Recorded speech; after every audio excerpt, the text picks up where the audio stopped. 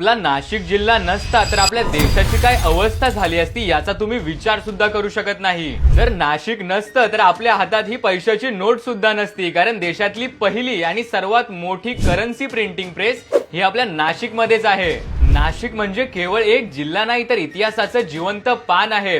रामायणातलं पंचवटी, जिथे प्रभू श्री राम, सीता आणि लक्ष्मण यांनी काही काळ घालवला आहे। गोदावरीच्या काठावर दर 12 वर्षांनी होणारा कुंभमेळा तर लाखो भाविकांचं श्रद्धास्थान आहे। आणि जर नाशिक नसतं तर ही आध्यात्मिक यात्रा सुद्धा अपूर्णच राहिली असती। जर नाशिक नसतं तर तुम्ही सुद्धा रडलाच असता, पण कांदा चिरताना नव्हे तर कांद्याचे भाव ऐकून, कारण देशातील एकूण कांद्यापैकी 21% कांदा हा एकट्या नाशिक मध्ये पिकवला जातोय।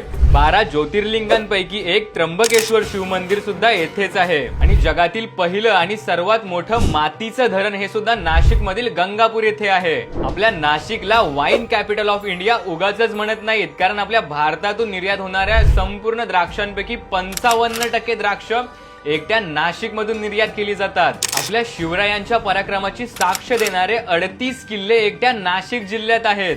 भारतीय चित्रपट सृष्टीचे जनक दादासाहेब फाळके, ज्ञानपीठ पुरस्कार विजेते मराठी साहित्यिक कुसुमाग्रज हे सुद्धा याच मातीचे सुपुत्र आहेत। नाशिक हे कोलकाता आणि मुंबई नंतर ट्राम सेवा सुरू करणारे देशातले 3रे शहर होते। तर आपला नाशिक म्हणजे भारताच्या वैभवाची साक्ष देणारा एक जिल्हा आहे। तर आपलं नाशिक अजून कशासाठी प्रसिद्ध आहे हे आम्हाला कमेंट करून नक्की सांगा।